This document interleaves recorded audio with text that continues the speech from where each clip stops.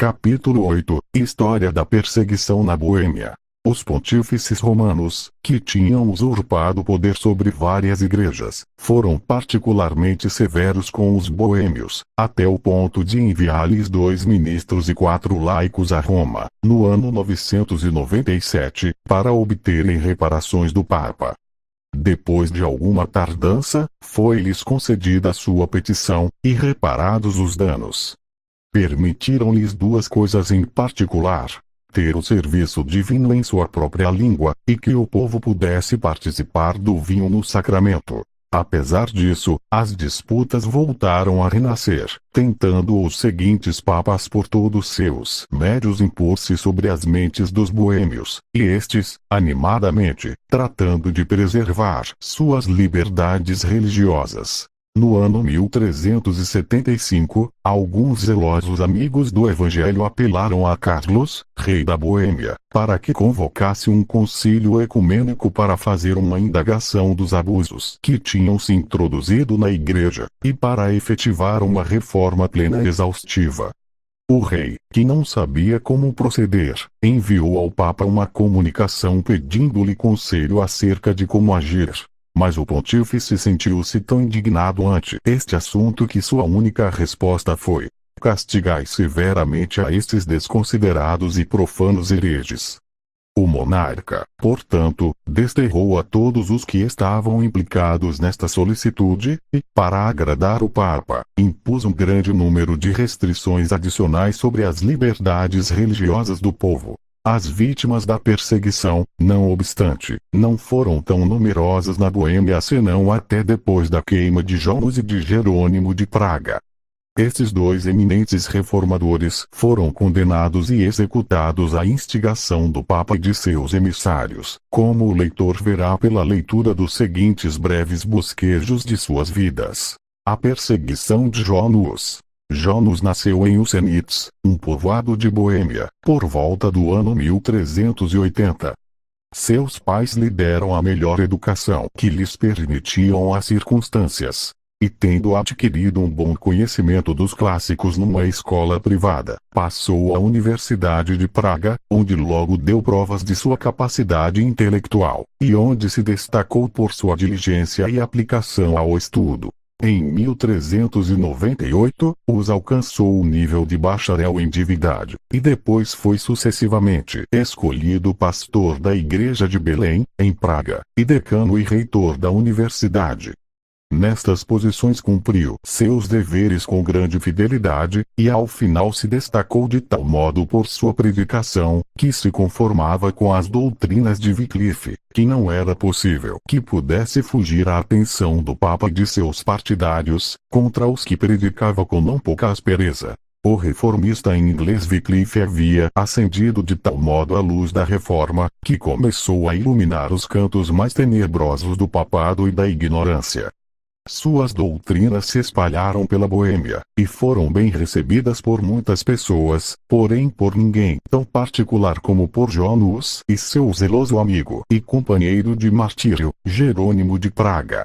O arcebispo de Praga, ao ver que os reformistas aumentavam a diário, emitiu um decreto para suprimir a dispersão contínua dos escritos de Wycliffe. No entanto, isto teve um efeito totalmente contrário ao esperado, porque serviu de estímulo para o zelo dos amigos destas doutrinas, e quase toda a universidade se uniu para propagá-las. Estreito aderente das doutrinas de Wycliffe, se opôs ao decreto do arcebispo, que contudo conseguiu uma bula do Papa, que lhe encarregava impedir a dispersão das doutrinas de Wycliffe em sua província.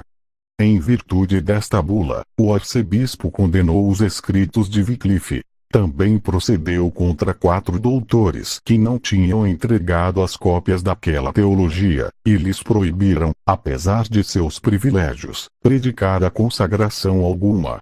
O doutor Hus, junto com alguns outros membros da universidade, protestaram contra estes procedimentos, e apelaram contra a sentença do arcebispo. Ao saber o Papa da situação, concedeu uma comissão do cardeal Colonna, para que citasse a Janus a comparecer pessoalmente na corte de Roma, a fim de responder à acusação que tinha sido apresentada em sua contra de predicar erros e heresias.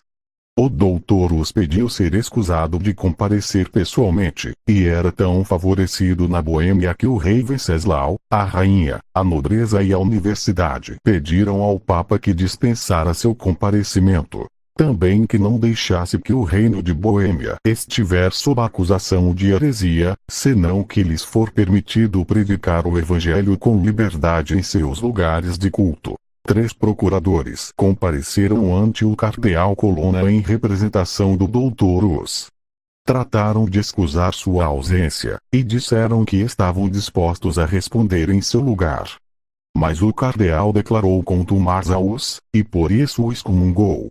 Os procuradores apelaram ao Papa, e designaram a 4 cardeais para que examinassem o processo. Estes comissionados confirmaram a sentença, e estenderam a excomunhão não só aos senão também a seus amigos e seguidores. Os apelou contra esta sentença a um futuro concílio, porém sem êxito. E apesar da severidade do decreto e da conseguinte expulsão de sua igreja em Praga, se retirou ao Senitz, sua cidade natal, onde continuou propagando sua nova doutrina, tanto desde o púlpito como com sua pluma. As cartas que escreveu nesta época foram muito numerosas, e recopilou um tratado no qual mantinha que não se podia proibir de forma absoluta a leitura dos livros dos reformistas. Escreveu em defesa do livro de Wycliffe acerca da Trindade, e se manifestou abertamente em contra dos vícios do Papa, dos cardeais e do clero daqueles tempos corruptos. Escreveu também muitos outros livros, todos os quais redigiu como uma força argumentativa que facilitava enormemente a difusão de suas doutrinas. No mês de novembro de 1414 se convocou um concílio geral em Constança, Alemanha, com o único propósito, como se pretendia, de decidir entre uma disputa que estava então pendente entre 3 pessoas que contendiam pelo papado. Porém seu verdadeiro motivo era esmagar o avanço da reforma. Janus foi chamado a comparecer diante deste concílio. Para alentá-lo, o imperador lhe enviou um salvo-conduto. As cortesias e inclusive a reverência com que Hus se encontrou pelo caminho eram inimagináveis. Pelas ruas que passava, e inclusive pelas estradas, se aglomerava gente às quais o respeito, mais que a curiosidade, levava até lá. Foi levado à cidade em meio de grandes aclamações, e se pode dizer que passou pela Alemanha em triunfo. Não podia deixar de expressar sua surpresa ante o tratamento que lhe dispensavam. Pensava eu, disse, que era um proscrito. Agora vejo que meus piores inimigos estão na Boêmia. Tão logo como Hus chegou a Constança, tomou um alojamento numa parte afastada da cidade. Pouco depois de sua chegada, veio um tal Stephen Palettes, quem tinha sido contratado pelo clero de Praga para apresentar as acusações em sua contra. A Palettes se uniu posteriormente Miguel de Cassis, de parte da corte de Roma. Estes 2 se declararam seus acusadores, e redigiram um conjunto de artigos em contra dele, que apresentaram ao Papa e aos prelados do concílio. Quando se soube que estava na cidade, foi arrestado imediatamente, e constituído prisioneiro numa câmara do palácio. Esta violação da lei comum e da justiça foi observada em particular por um dos amigos de Hus, quem abduziu o salvo-conduto imperial. Porém o Papa replicou que ele nunca tinha concedido nenhum salvo-conduto, e que não estava sujeito pelo imperador. Enquanto Hus esteve encerrado, o concílio agiu como inquisição. Condenaram as doutrinas de Wycliffe, e inclusive ordenaram que seus restos fossem exumados e queimados, ordens que foram estritamente cumpridas. Nesse ínterim, a nobreza da Boêmia e da Polônia intercedeu intensamente por Hus, e prevaleceram até o ponto de impedir que for julgado sem ser ouvido, coisa que tinha sido a intenção dos comissionados designados para julgá-lo. Quando o fizeram comparecer diante do concílio, leram-lhe os artigos redigidos contra ele. Eram por volta de uns 40, maiormente extraídos de seus escritos. A resposta de Janus foi: apelei ao Papa e, morto ele, e não tendo sido decidida a minha causa, apelei do mesmo modo a seu sucessor João Chiei, e não podendo lograr meus advogados que me admitissem sua presença para defender minha causa, apelei ao sumo juiz, Cristo. Tendo dito estas coisas, foi-lhe perguntado se havia recebido a absolvição do Papa ou não. Ele respondeu: não. Depois, quando lhe perguntou se era legítimo que apelasse a Cristo, Janus respondeu: em verdade afirmo aqui diante de todos vós outros que não há apelação mais justa nem mais eficaz que a que se faz a Cristo, porquanto a lei determina que apelar não é outra coisa que, quando for cometido um mal por parte de um juiz inferior, se implora e pede ajuda de mãos de um juiz superior. E quem é maior juiz que Cristo? Quem, digo eu, pode conhecer ou julgar a questão com maior justiça ou equidade? Pois dele não há engano, nem ele pode ser enganado por ninguém. E acaso pode alguém dar melhor ajuda que ele aos pobres e aos oprimidos? Enquanto Janus, com rosto devoto e sóbrio, falava e pronunciava estas palavras, estava sendo ridicularizado e escarnecido por todo o concílio. Estas excelentes expressões foram consideradas como manifestações de traição, e tenderam a inflamar seus adversários. Por isso, os bispos designados pelo concílio o privaram de seus hábitos sacerdotais, o degradaram, lhe colocaram uma mitra de papel na cabeça com demônios pintados nela, com esta expressão: líder de hereges. Ao ver isto, ele disse: meu Senhor Jesus Cristo, por minha causa, levou uma coroa de espinhos. Por que não iria eu, então, levar esta ligeira coroa, por ignominiosa que seja? Em verdade vou levá-la, e de boa vontade. Quando a colocaram em sua cabeça, o bispo disse: agora encomendamos tua alma ao demônio. Porém eu, disse Janus, levantando os olhos ao céu, encomendo em tuas mãos, ó Senhor Jesus Cristo, meu espírito que tu remiste. Quando amarraram a estaca com a corrente, disse, com rosto sorridente: meu Senhor Jesus foi amarrado com uma corrente mais dura que esta por minha causa. Por que deveria eu envergonhar-me desta, tão enferrujada? Quando empilharam a linha até o pescoço, o Duque de Baviera esteve muito solícito com ele, desejando-lhe que se desdissesse. Não, disse-lhe-os, nunca prediquei doutrina alguma com más tendências, e o que ensinaram meus lábios o selarei agora com meu sangue. Depois disse ao algoz: vai assar um ganso, sendo que o significa ganso em língua boêmia, porém dentro de um século te encontrarás com um cisne que não poderás nem assar nem cozer. Se ele disse uma profecia, devia referir-se a Martinho Lutero, que apareceu após uns 100 anos, e em cujo escudo de armas figurava um cisne. Finalmente aplicaram o fogo à lenha, e então nosso mártir cantou um hino com voz tão forte e alegre que foi ouvido através do crepitar da lenha e do fragor da multidão. Finalmente, sua voz foi silenciada pela força das labaredas, que logo puseram fim à sua existência. Então, com grande diligência, reunindo as cinzas, as lançaram no rio Rin, para que não sobrasse um menos resto daquele homem sobre a terra, cuja memória, contudo, não poderá ser abolida das mentes dos piedosos nem pelo fogo, nem por água, nem por tormento algum.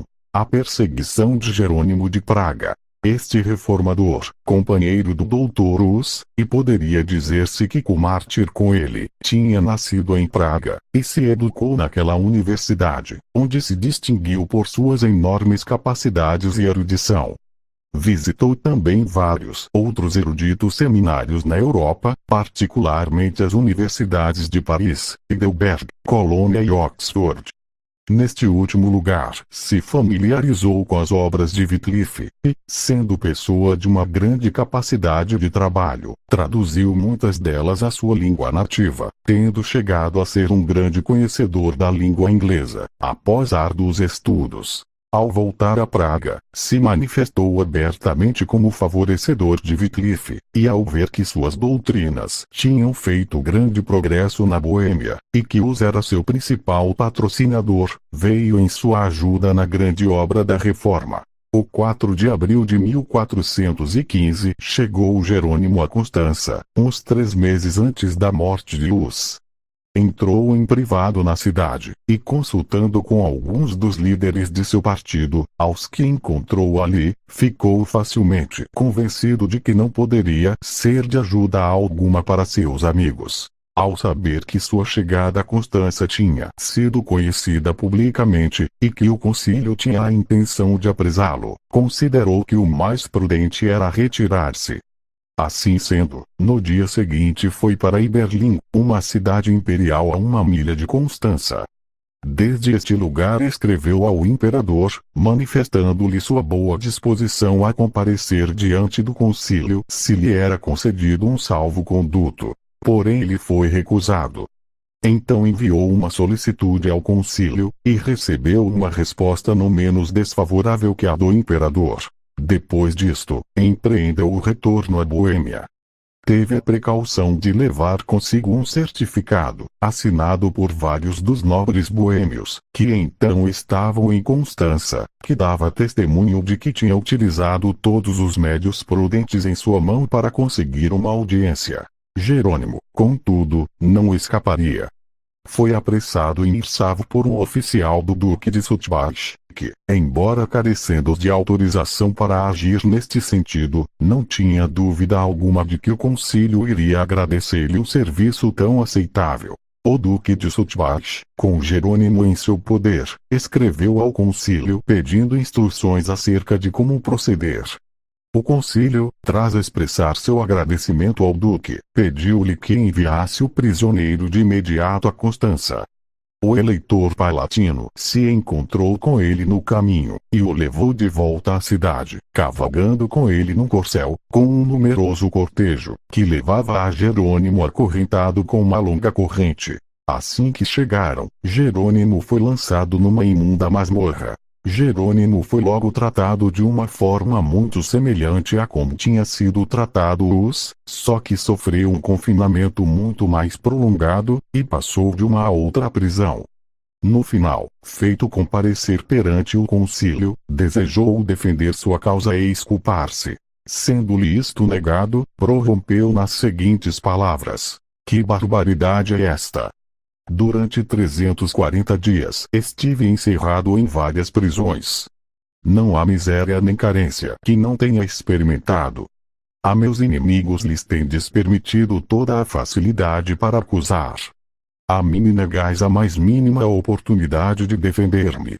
Nenhuma hora me permitireis preparar-me para meu juízo. Tendes engolido as mais negras calúnias em minha contra. Tendes me apresentado como herege, sem conhecer minha doutrina, como inimigo da fé, antes que saber que fé professo, como perseguidor de sacerdotes, antes de ter uma oportunidade de saber quais são meus pensamentos acerca disto. Sois um concílio geral. Em vos se centra tudo o que este mundo pode comunicar de seriedade, sabedoria e santidade. Porém, contudo sois somente homens, e os homens poder ser atraídos pelas aparências. Quanto mais elevado seja vosso caráter para a sabedoria, tanto mais cuidado deveríeis tomar de não desviar-vos para a insensatez. A causa que agora alego não é minha própria causa.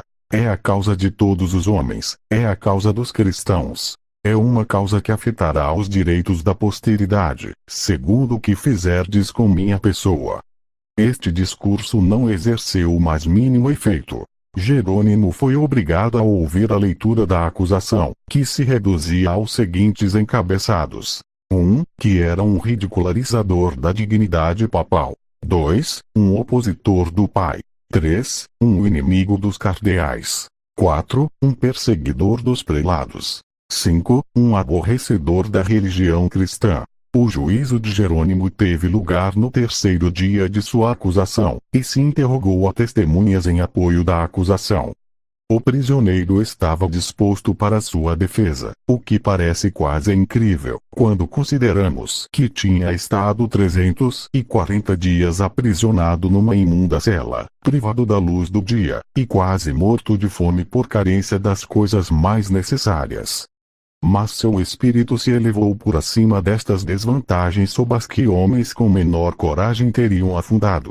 E não se privou de citar os pais e os autores antigos, como se tivesse estado dotado da melhor biblioteca. Os mais fanáticos da Assembleia não desejavam que fosse ouvido, porque sabiam o efeito que pode ter a eloquência nas mentes das pessoas mais cheias de prejuízos. No final, a maioria prevaleceu em que se devia dar-lhe liberdade para falar em sua própria defesa. Esta defesa a iniciou como uma eloquência tão comovente e sublime que se viu como se fundiam os corações mais cheios de zelo e endurecidos e como as mentes supersticiosas pareciam admitir um raio de convicção. Estabeleceu uma admirável distinção entre a evidência que repousava sobre os fatos, e a sustentada pela malícia e a calúnia. Expôs ante a Assembleia todo o teor de sua vida e conduta. Observou que os maiores e santos dos homens tinham sido observados diferido em questões pontuais e especulativas, com vistas a distinguir a verdade, não a mantê-la oculta. Expressou um nobre menosprezo de todos seus inimigos, que o haviam induzido a desdizer-se da causa da virtude e da verdade. Entrou no alto encômio de Deus, e se manifestou disposto a segui-lo no glorioso caminho do martírio. Depois tocou as doutrinas mais defendíveis de Wycliffe, e concluiu observando que estava longe de sua intenção avançar nada em contra do estado da Igreja de Deus, que somente se queixava dos abusos do clero, que não podia deixar de dizer que era certamente coisa ímpia que o patrimônio da Igreja, que originalmente tinha sido designado para a caridade e a benevolência universal, se prostituísse pela concupiscência dos olhos, em festas, vestes extravagantes e outros vitupérios para o nome e a profissão do cristianismo. Terminado o juízo, Jerônimo recebeu a mesma sentença que tinha sido executada contra seu compatriota mártir. Como consequência disto foi, segundo o estilo do engano papista, entregue ao braço secular. Mas como era laico, não podia passar pela cerimônia da degradação. Tinham-lhe preparado uma coroa de papel pintada com demônios vermelhos. Quando a teve colocada sobre sua cabeça, exclamou: Nosso Senhor Jesus Cristo, quando sofreu a morte por mim, um pecador mais que miserável, levou sobre sua cabeça uma coroa de espinhos. Por amor dele levarei eu esta coroa. Foram-lhe permitidos 2 dias, com a esperança que se retratasse.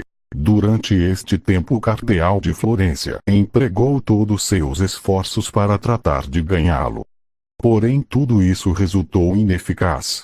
Jerônimo estava resolvido a selar a doutrina com seu sangue, e sofreu a morte com a mais distinguida magnanimidade. Ao ir para o local da execução cantou vários hinos, e ao chegar no lugar, que era o mesmo no qual os tinha sido queimado, se ajoelhou e orou fervorosamente. Abraçou a estaca com grande ânimo, e quando foram por trás dele a acender a lenha, disse-lhes: Vinde aqui, acendei o fogo diante de minha cara. Se eu tiver tido medo das chamas, não teria vindo a este lugar. Ao acender-se o fogo, cantou um hino, porém logo viu-se interrompido pelas labaredas, e as últimas palavras que se ouviram foram estas: A ti, ó Cristo, te ofereço esta alma em chamas. O elegante Poge, um erudito cavalheiro de Florência, secretário de 2 papas, e católico zeloso, porém liberal, deu numa carta a Leonard de Aroutin um amplo testemunho das extraordinárias qualidades e virtudes de Jerônimo, a quem descreve de maneira enfática como um homem prodigioso. A perseguição de Zisca. O verdadeiro nome deste zeloso servo de Cristo era João de Troxunov. O nome de Zisca é uma palavra boêmia, que significa caolho, já que tinha perdido um olho. Era íntima de Boêmia, de uma boa família, e deixou a corte de Venceslau para entrar no serviço do rei da Polônia contra os cavalheiros germanos. Tendo obtido um título honorífico e uma bolsa de ducados por seu valor, ao terminar a guerra voltou à corte de Venceslau, ante quem reconheceu abertamente o profundo interesse que se tomava na sanguinária afronta que se tinha feito aos súbditos de sua majestade em Constança, no assunto de Hus. Venceslau lamentava não ter o poder de vingá-lo, e desde este momento se diz que Zisca assumiu a ideia de afirmar as liberdades religiosas de seu país. No ano 1418 se dissolveu o concílio, tendo feito mais mal que bem, e no verão daquele ano se celebrou uma reunião geral dos amigos da reforma religiosa no castelo de Visgradic, dirigida por Zisca. Se dirigiram ao imperador com armas na mão, e ofereceram defendê-lo contra seus inimigos. O rei limitou-se a empregar suas armas da maneira devida, e este êxito político assegurou pela primeira vez a Zisca a confiança de seu partido.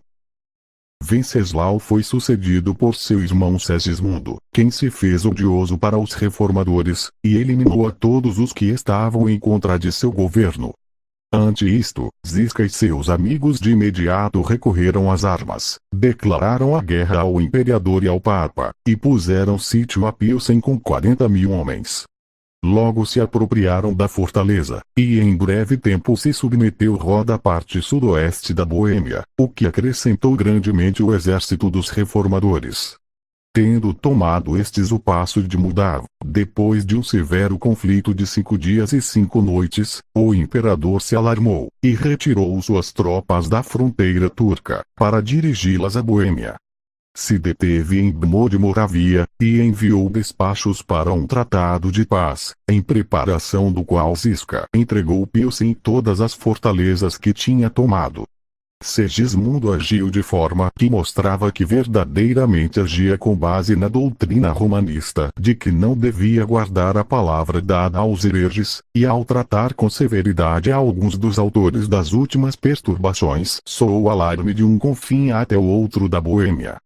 Zisca tomou o castelo de Praga com o poder do dinheiro, e o 19 de agosto de 1420 derrotou o pequeno exército que o imperador tinha mobilizado rapidamente para opor-se a ele. A continuação tomou Alzey por assalto, destruindo a cidade com uma brutalidade que desonrou a causa pela qual lutava. Ao aproximar-se o inverno, Zisca fortificou seu acampamento no Monte Forte a umas 40 milhas de Praga, que chamou Monte Tabor, desde onde surpreendeu à meia-noite um corpo de cavalaria, fazendo 1000 prisioneiros. Pouco depois, o imperador se fez com a fortaleza de Praga pelos mesmos métodos de Zisca antes. Logo foi assediado por este último, e a fome começou a ameaçar o imperador, que viu a necessidade de uma retirada. Decidido a fazer um esforço desesperado, Segismundo atacou o campo fortificado de Zisca em Monte Tabor, e fez uma grande carnificina.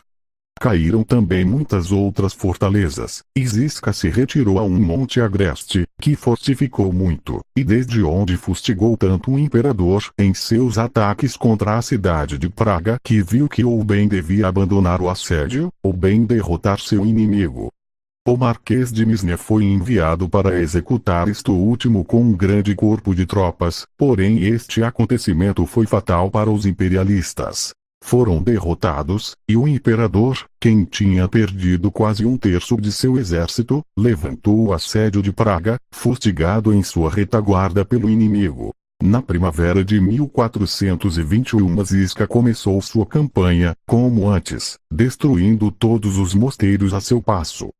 Assediou o castelo de Visgrad, acudindo em auxílio o imperador, caiu numa armadilha, foi derrotado com uma grande matança, e assim foi tomada esta importante fortaleza. Nosso general tinha agora tempo para empreender a obra da reforma, porém sentiu-se muito desgostado pela rústica ignorância e superstição do clero boêmio, que se fizeram desprezíveis aos olhos de todo o povo. Quando via sintomas de mal-estar em seu exército, fazia soar o alarme para ocupá-los, e levá-los à ação. Numa dessas expedições acampou frente da cidade de Rubi, e enquanto inspecionava o lugar para o assalto, uma seta disparada desde a muralha lhe deu no olho. Em Praga foi extraída, mas ao ter barbas desgarrou-lhe o olho. Seguiu uma febre, e a duras penas salvou a vida. Ficou totalmente cego, porém desejoso ainda de ajudar o exército. O imperador, quem tinha chamado os estados do império em sua ajuda, resolveu, com eles, atacar a Zisca no inverno, porém muitas de suas tropas foram embora até a primavera. Os príncipes confederados empreenderam o sítio de Soissons, mas com a simples aproximação do general boêmio se retiraram. Contudo, Segismundo avançou com seu formidável exército, consistente em 15.000 efetivos da cavalaria húngara e 25.000 infantes, bem equipados para uma campanha de inverno. Este exército semeou o terror por todo o leste da Boêmia. Aí por onde avançava Segismundo, os magistrados das cidades colocavam as chaves a seus pés, e eram tratados com dureza ou com favor segundo seus méritos em sua causa. Não obstante, Zisca, com marchas forçadas, se aproximou dele, e o imperador resolveu tentar fortuna mais uma vez contra aquele invencível general. O 13 de janeiro de 1422, os dois exércitos se encontraram na espaçosa planície perto de Kremnitz. Zisca apareceu no centro de sua linha frontal, guardado, ou mais bem conduzido, por um cavalheiro a cada lado, armado com um machado. Suas tropas, tendo cantado um hino, tiraram suas espadas com decidida frieza, e esperaram um sinal. Quando seus oficiais lhe informaram que as filas estavam todas bem fechadas, brandiu seu sabre sobre sua cabeça, o que foi o sinal do início da batalha. Esta batalha tem sido descrita como um terrível espetáculo. Toda aquela planície constituiu uma contínua cena de desordem. O exército imperial se lançou à fuga para os confins da Moravia, sendo fustigados pelos taboritas na retaguarda sem descanso algum. O rio Ibla, que estava gelado, se opôs à sua passagem. Pressionados furiosamente pelo inimigo, muitos da infantaria, e todo o corpo da cavalaria, tentaram passar o rio. O gelo cedeu, e não menos de 2.000 encontraram seu fim naquelas águas. Zisca voltou agora a Tabor, carregado com todos os despojos e troféus que poderia dar a mais completa vitória. Zisca começou a dar sua atenção agora à reforma. Proibiu todas as orações pelos mortos, as imagens, as vestes sacerdotais, os jejuns e as festas religiosas. Os sacerdotes deviam ser escolhidos por seus méritos, e ninguém devia ser perseguido por suas opiniões religiosas. Em tudo, Zisca consultou as mentes liberais, e não fez nada sem um consenso geral. Teve lugar em Praga um alarmante desacordo entre os magistrados calistanos, ou receptores do sacramento em ambas espécies, e os taboritas, 9 de cujos chefes foram arrestados em privado e executados.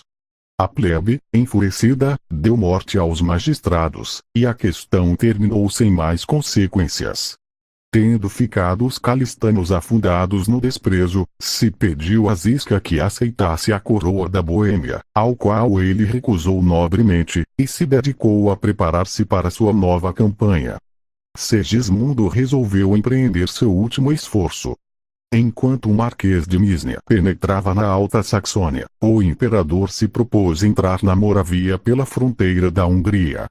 Antes que o Marquês tomasse o campo, Zisca se assentou diante da cidade forte de Auxig, situada sobre o rio Elba. O Marquês se lançou veloz em auxílio com um exército superior em número, mas, depois de uma obstinada luta, foi totalmente derrotado, e Auxig capitulou. Zisca se dirigiu em auxílio de Procop, um jovem general a quem tinha designado para manter em xeque a Segismundo, ao que obrigou a abandonar seu assédio de Pernitz após ter permanecido durante 8 semanas sitiando-a. Zisca, desejando dar às suas tropas algum descanso, entrou agora em Praga, esperando que sua presença acalmaria toda a intranquilidade que pudesse ficar após a anterior perturbação. Todavia, foi repentinamente atacado pelo povo. Tras desprender-se ele e suas tropas dos cidadãos, se retiraram a seu exército, ao qual fizeram saber da traiçoeira conduta dos calistanos. Foram feitos todos os esforços de comunicação necessários para apaziguar sua vingativa animosidade e, pela noite, numa entrevista privada entre Roquezan, um clérigo de grande eminência em Praga, e Ziska, este se reconciliou com eles, e as hostilidades que se maquinavam foram anuladas. Mutuamente cansados da guerra, Segismundo enviou uma mensagem a Ziska, pedindo-lhe que embainhasse sua espada, e que propusesse suas condições. Estabelecendo-se um lugar para as conferências, Ziska, com seus principais oficiais, foi encontrar-se com o imperador. Obrigado a passar por uma zona do país onde a peste estava causando estragos, caiu atacado por ela no castelo de Briscau, e partiu desta vida aos 6 de outubro de 1424. O mesmo que Moisés, morreu à vista da consumação de sua obra, e foi sepultado na grande igreja de Przaslow, na Boêmia, onde há um grande monumento levantado em sua memória, com esta inscrição: aqui jaz João Ziska, que, tendo defendido este país contra as usurpações da tirania papal, descansa neste santo lugar, apesar do Papa. Depois da morte de Ziska, Procópio foi derrotado, e caiu junto com as liberdades de seu país. Depois da morte de Uso de Jerônimo, o Papa, junto com o Concílio de Constança, ordenou ao clero romanista em todas partes que excomungassem os que adotassem as opiniões ou que lamentassem sua sorte. Estas ordens causaram grandes lutas entre os boêmios papistas e os reformados, conduzindo a uma violenta perseguição contra estes últimos. Em Praga, a perseguição foi extremamente severa até que, no final, os reformados, reduzidos à desesperação, se armaram, atacaram a casa do Senado, e lançaram 12 senadores e o presidente pelas janelas, caindo seus corpos sobre lanças, colocadas por outros reformados na rua, para recebê-los. Informados destes procedimentos, o Papa chegou a Florência e excomungou publicamente os boêmios reformados, incitando o imperador da Alemanha e a todos os reis, príncipes, duques, etc., a tomar as armas para extirpar toda a raça, prometendo-lhes, como incentivo, a plena remissão de todo tipo de pecados até para a pessoa mais malvada, se tão somente davam morte a um reformado boêmio. Este foi o início de uma sangrenta guerra, porque vários príncipes papistas empreenderam a extirpação, ou pelo menos a expulsão, daquele povo proscrito. E os boêmios, acudindo às armas, se dispuseram a repelir a força com a força da maneira mais vigorosa e firmeza. O exército papista venceu as forças reformadas na Batalha de Gutenberg, e os prisioneiros reformados foram levados a 3 profundas minas perto da cidade, e várias centenas deles foram lançados cruelmente dentro de cada uma, onde morreram miseravelmente. Um mercador de Praga que ia para Breslau, na Silésia, se alojou na mesma pousada que vários sacerdotes. Iniciando uma conversação sobre a questão da controvérsia religiosa, fez muitos elogios do martirizado Janus e de suas doutrinas. Os sacerdotes, irados por isto, apresentaram denúncia contra ele na manhã seguinte, e foi lançado no cárcere como herege. Foram realizados muitos esforços por persuadi-lo a aceitar a fé católico-romana, porém se manteve firme nas puras doutrinas da Igreja Reformada. Pouco depois de seu encarceramento, colocaram o estudante da universidade na mesma masmorra. Sendo-lhes permitido conversar, se alentaram mutuamente. No dia marcado para a execução, quando o carcereiro começou a amarrar-lhes cordas aos pés, com as quais iam ser arrastados pelas ruas, o estudante deu mostras de estar aterrorizado, e ofereceu abjurar de sua fé e fazer-se católico romano se podia ser perdoado. Sua oferta foi aceita, sua abjuração foi tomada por um sacerdote, e foi libertado. Ao pedir-lhe um sacerdote para seguir o exemplo do estudante, o mercador repus com nobreza: não percais o tempo esperando que me retrate. Esperareis em vão. De verdade tenho pena daquele pobre desgraçado, que tem sacrificado miseravelmente sua alma por uns poucos incertos anos a mais desta vida gravosa. Bem longe de pensar em seguir seu exemplo, me glório nos pensamentos mesmos de morrer pela causa de Cristo. Ao ouvir estas palavras, o sacerdote ordenou o carrasco que prosseguisse, e o preso foi arrastado pelas ruas da cidade, levado ao lugar da execução, e ali queimado. Pichel, um fanático papista, apreendeu 24 protestantes, entre os que se encontrava o marido de sua filha. Tendo reconhecido todos eles que eram da religião reformada, os condenou indiscriminadamente a morrerem afogados no rio Abis. No dia marcado para a execução, acudiu uma grande multidão, entre a que se encontrava a filha de Pichel. Esta digna esposa se lançou aos pés de seu pai, regando-os com seu choro, e lhe implorou da forma mais patética que se compadecesse de sua dor, e que perdoasse seu marido. O endurecido magistrado disse-lhe friamente: não intercedas por ele, filha minha. É um herege, um vil herege. A isto ela replicou nobremente: sejam quais forem suas faltas, continua sendo meu marido, um homem que, num momento como este, é o único que deveria receber toda a minha consideração. Pichel se enfureceu e disse: estás louca? Acaso não podes, após sua morte, encontrar um marido muito mais digno? Não, senhor, disse ela. Meus afetos estão nele, e a mesma morte não dissolverá meus votos matrimoniais. Mas Pichel se manteve inflexível, e ordenou que se amarrassem as mãos e os pés dos presos, e que deste jeito fossem lançados no rio. Tão logo como isto foi executado, a jovem esperou sua oportunidade, pulou na água e, abraçando-se ao corpo de seu marido, se afundou nele num túmulo de água.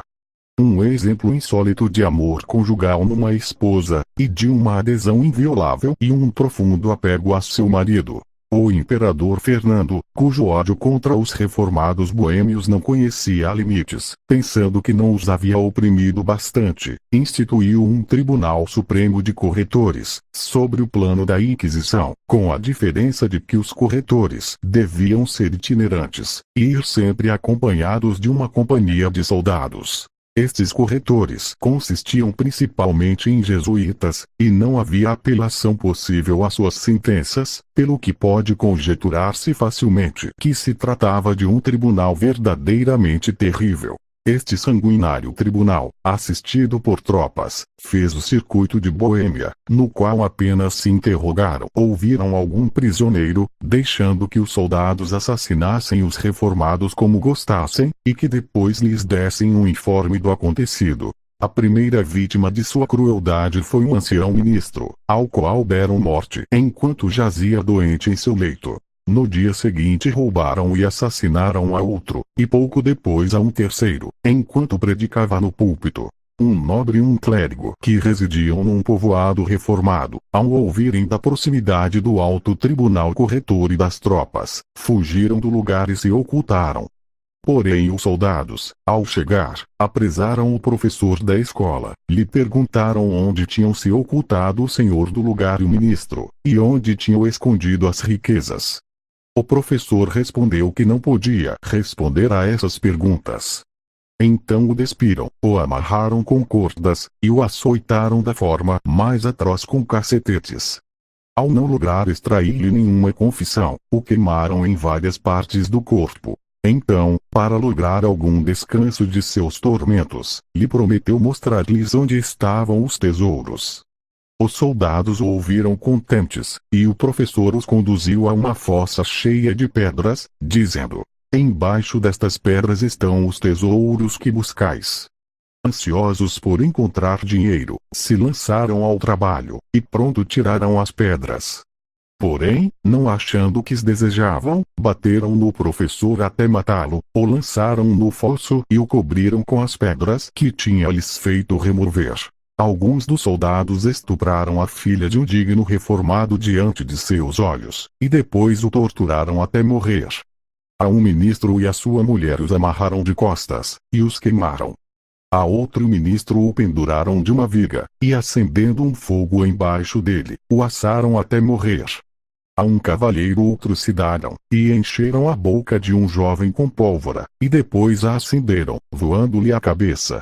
Como a maior fúria da perseguição se dirigia contra o clero, tomaram um piedoso ministro reformado, e atormentando-o a diário durante um mês seguido, da forma como se descreve mais na frente, fizeram de sua crueldade uma atividade sistemática, regular e progressiva. O colocaram entre eles, e o fizeram objeto de zombaria e escárnio, durante todo um dia de entretenimento, tentando exaurir sua paciência, porém em vão, pois aguentou tudo aquilo com verdadeira paciência cristã.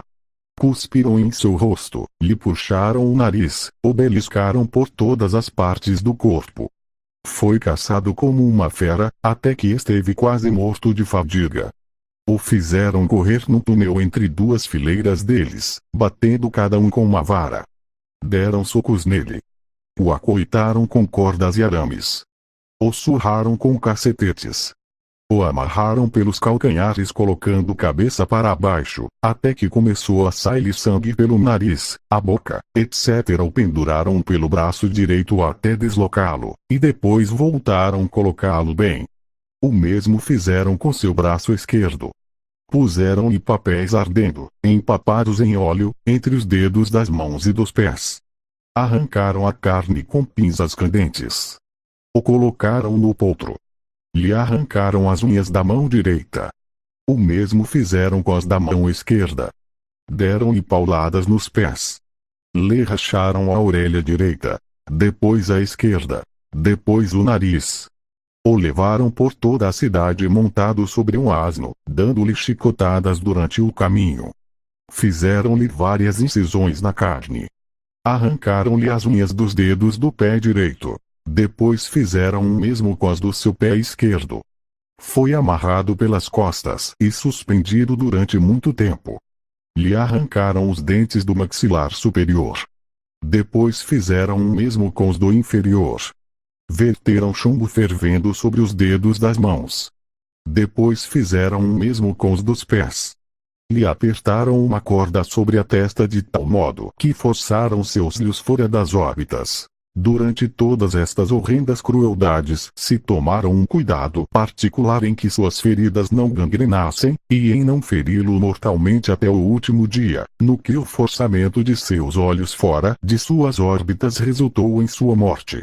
Foram inúmeros os outros assassinatos e depredações cometidos por aqueles implacáveis e insensíveis brutamontes, e turbadoras para a humanidade foram as crueldades infligidas sobre os coitados reformados boêmios.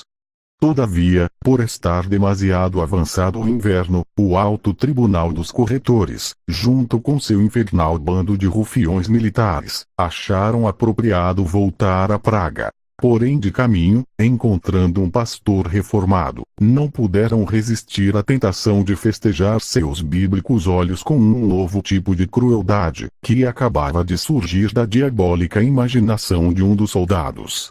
Tratava-se de desvestir o ministro, e cobri-lo de forma alternada com gelo e brasas acesas. Esta nova forma de atormentar um semelhante foi posta em prática de imediato, e a infeliz vítima expirou sob os tormentos, que pareciam deleitar seus desumanos perseguidores. O imperador logo deu uma ordem secreta para apressar a todos os nobres e gentes homens que tinham estado principalmente implicados em sustentar a causa reformada, e em designar a Frederico eleitor palatino do Rim para ser rei da Boêmia. Estes, que eram 50, foram apreendidos numa mesma noite, e na mesma hora, e trazidos desde os lugares onde tinham sido apresados ao castelo de Praga. As possessões dos ausentes do reino foram confiscadas, e eles declarados proscritos, e seus nomes colocados em patíbulos, como marcas de pública ignomínia. O alto tribunal dos corretores procedeu então a julgar os 50 que tinham sido apreendidos, e 2 reformados apóstatas foram designados para interrogá-los. Estes interrogadores fizeram um grande número de perguntas desnecessárias e impertinentes, o que exasperou de forma tal a um dos nobres, que de natural era de caráter impetuoso, que exclamou, enquanto cobria seu peito: corta aqui, busca em meu coração. Não achará coisa alguma mais que o amor à religião e à liberdade. Estes foram os motivos pelos que desembainhei a espada, e por estes estou disposto a sofrer a morte. Como nenhum dos presos queria mudar de religião nem reconhecer que tinha estado no erro, todos foram declarados culpados. Porém a sentença foi remetida ao imperador. Quando o monarca houve lido os nomes e a relação das respectivas acusações, pronunciou sentença sobre todos, ainda que de formas distintas, porque suas sentenças foram de 4 classes: a morte, o desterro, a cadeia perpétua e o encarceramento à discrição. 20 deles foram ordenados para a execução, e foi-lhes informado que podiam pedir assistência de jesuítas, monges ou frades, para preparar-se para o terrível trânsito que deviam sofrer. Porém não lhes seria permitida a presença de nenhum reformado. Eles rejeitaram esta proposta, e tentaram tudo o que puderam a fim de consolar-se e alentar-se uns a outros nessa solene ocasião. Na manhã do dia indicado para a execução, se disparou um canhão como sinal para que os presos fossem trazidos desde o castelo até a principal praça do mercado, onde tinham levantado cadafalsos, e um corpo de tropas para assistir à trágica cena. Os prisioneiros saíram do castelo com tanto ânimo como se estivessem dirigindo-se a um agradável entretenimento, em lugar de ir afrontar uma morte violenta. A parte dos soldados, jesuítas, sacerdotes, carrascos, assistentes, etc., assistiu uma prodigiosa concorrência de plebe, para ver o triunfo destes devotos mártires, que foram executados na seguinte ordem. O senhor de Chilique tinha uns 50 anos de idade, e umas grandes qualidades naturais e adquiridas. Quando lhe disseram que seria esquartejado, e que seus membros seriam dispersados por diferentes lugares, sorriu com grande serenidade, dizendo: a perda da sepultura é uma consideração mais que nímia. Ao gritar-lhe um cavalheiro que estava perto, dizendo: valor, meu senhor, ele respondeu: tenho o favor de Deus, que é suficiente para inspirar valor a qualquer. Não me turba o temor à morte. Antes a tenho enfrentado em campos de batalha ao opor-me ao anticristo. E agora me enfrentarei a ela no cadafalso, por causa de Cristo. Tendo feito uma curta oração, disse ao carrasco que estava pronto. Este lhe cortou a mão direita e a cabeça, e depois o esquartejou. Sua mão e sua cabeça foram colocadas na alta torre de Praga, e seus quartos distribuídos por diferentes partes da cidade. O senhor Visconde Venceslau, que havia chegado até a idade de 70 anos, era igualmente respeitável por sua erudição, piedade e hospitalidade.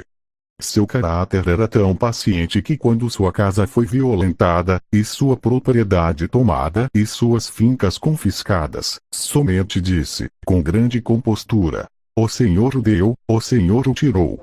Ao perguntar-lhe por que dedicava-se a uma causa tão perigosa como a de tratar de sustentar o eleitor palatino Frederico contra o poder do imperador, respondeu: tenho agido estritamente segundo os ditados de minha consciência, e, até o dia de hoje, o considero meu rei.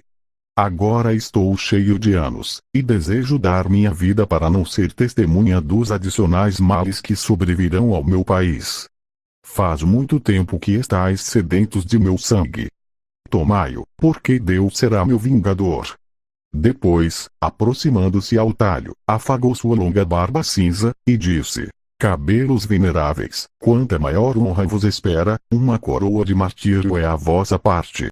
Depois, colocando a cabeça, foi-lhe separada do corpo de um só golpe, e cravada numa estaca numa parte visível da cidade. O senhor de Arante era homem de bom sentido, grande piedade e muita experiência ganha em suas viagens, porquanto tinha visitado os principais lugares da Europa, Ásia e África. Por isso estava livre de prejuízos nacionais, e tinha adquirido muito conhecimento.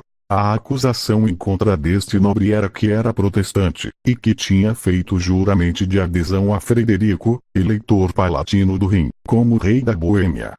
Quando chegou ao cadafalso, disse: tenho viajado por muitos países, e atravessado várias nações bíblicas, porém nunca achei tanta crueldade como em minha pátria.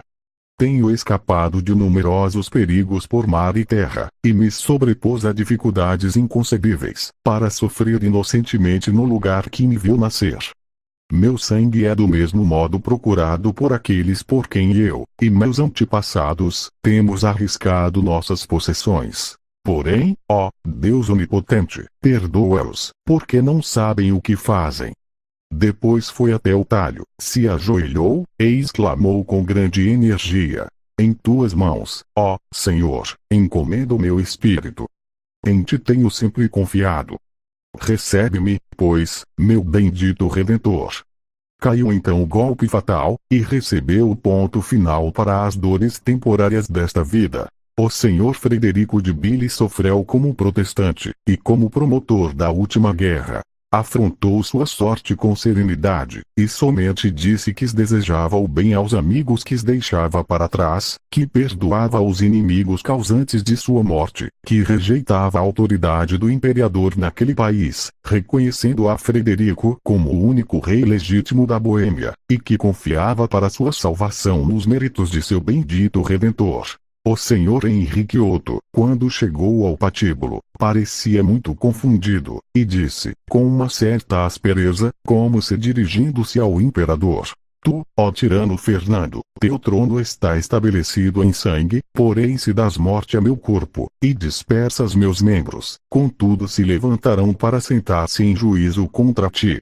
Depois calou-se, e tendo caminhado durante um certo tempo em volta do cadafalso, pareceu recobrar suas energias e acalmar-se, e disse então a um cavalheiro que estava perto: faz poucos minutos estava muito enfermo, porém agora sinto avivar meu espírito. Deus seja louvado por conceder-me tal consolo. A morte já não aparece como o rei do espanto, senão que parece convidar-me a participar de alguns gozos desconhecidos.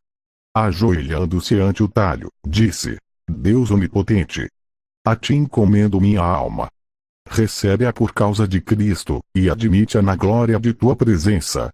O verdugo causou muito sofrimento a este nobre, ao dar-lhe vários golpes antes de separar-lhe a cabeça do corpo. O conde de Rugênia destacava por suas grandes qualidades e piedade não fingida. No cadafalso disse: os que tiramos nossas espadas lutamos só para preservar as liberdades do povo e para guardar invioladas nossas consciências. Como vencemos, me comprazo mais na sentença de morte que se o imperador me tiver concedido a vida. Porque vejo que a Deus lhe apraz que sua verdade seja defendida não pelas nossas espadas, mas pelo nosso sangue.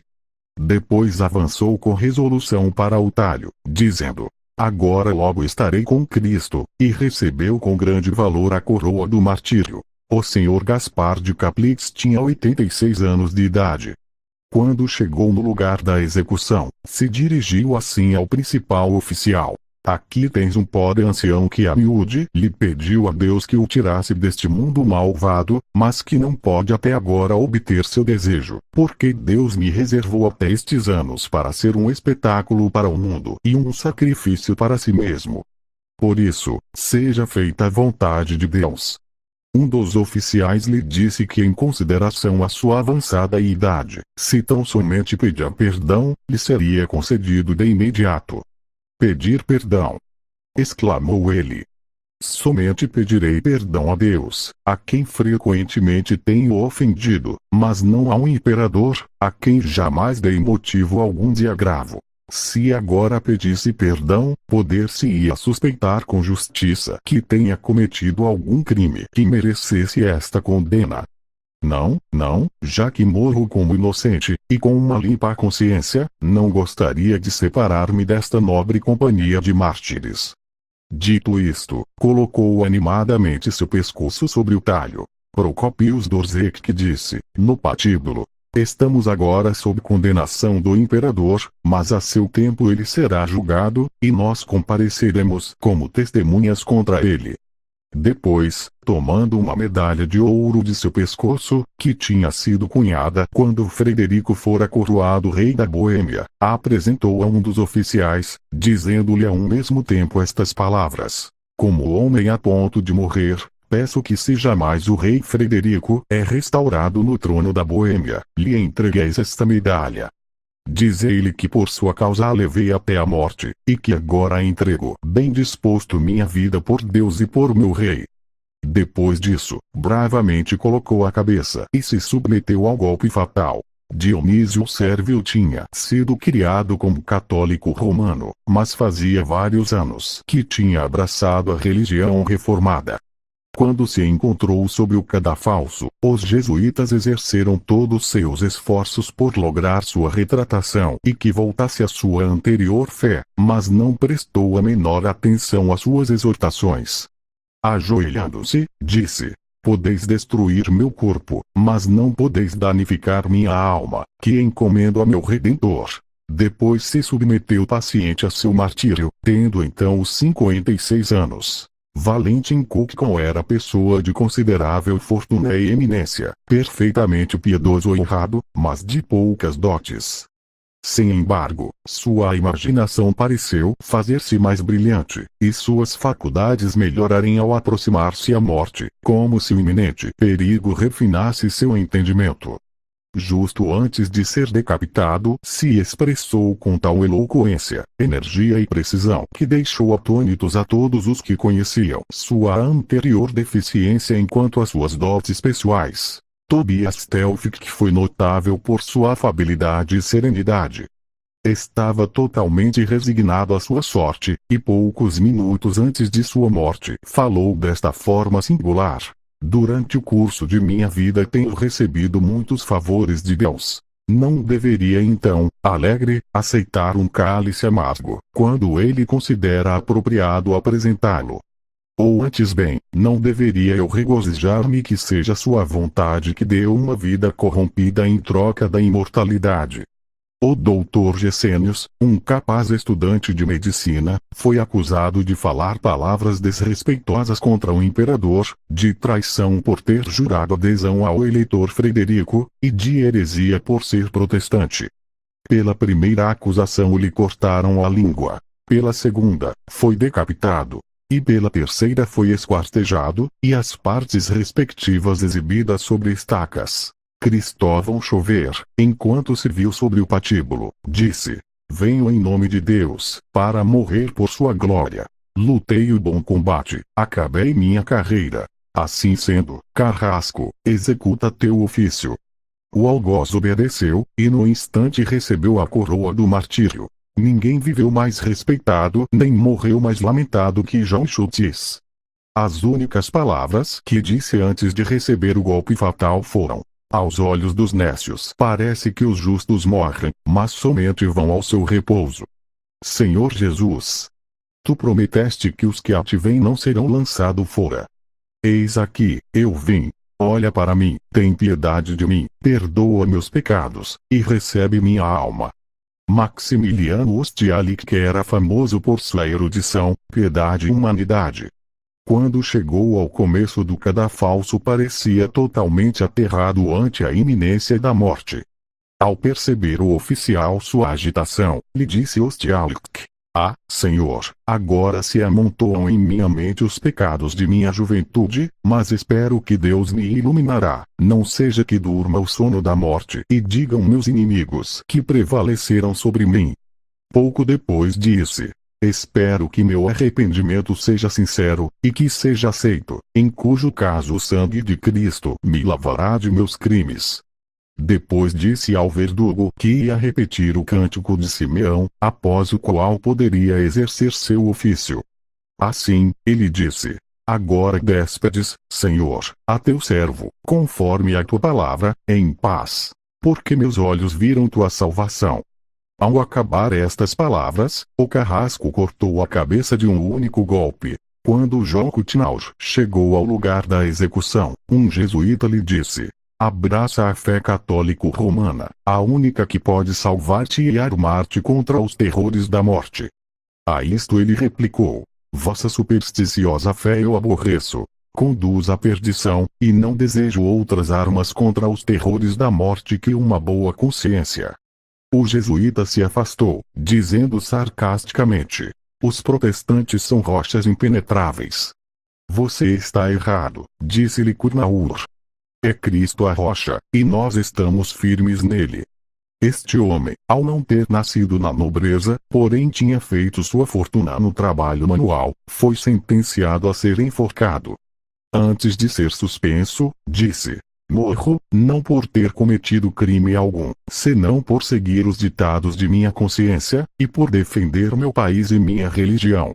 Simeão Susiquei era sogro de Cournaur, e igual que ele, foi sentenciado à forca. Foi animoso à morte, e parecia impaciente por ser executado, dizendo: cada momento me retarda de entrar no reino de Cristo. Nathanael Wodzinski foi enforcado por ter apoiado a causa protestante e a eleição de Frederico à coroa da Boêmia. Ante a forca, os jesuítas fizeram tudo o possível por levá-lo a renunciar à sua fé. Ao verem ineficazes seus esforços, um deles disse: se não queres abjurar de tua heresia, te arrependerás pelo menos de tua rebelião. Ao qual Wodzinski replicou: nos tirais a vida sob a pretendida acusação de rebelião, e não contentes com isso quereis destruir nossas almas. Fartai-vos de nosso sangue, e ficai satisfeitos, mas não manipuleis nossas consciências.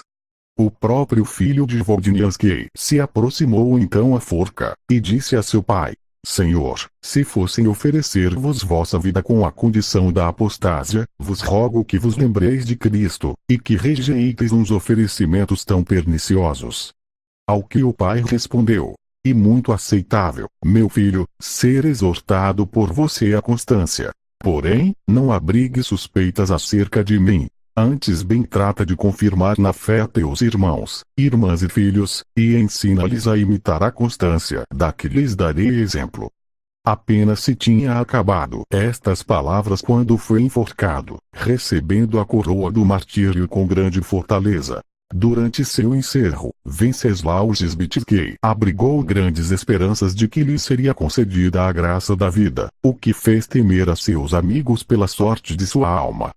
Contudo, se manteve firme em sua fé, orou fervorosamente ante a forca, e afrontou a morte com peculiar resignação. Martin Foster era um ancião aleijado. A acusação contra ele era mostrar caridade aos hereges, e emprestar dinheiro ao eleitor Frederico. Mas parece que seu principal delito tinha sido sua grande riqueza. E foi para ser saqueado de seus tesouros que foi unido a esta ilustre lista de mártires.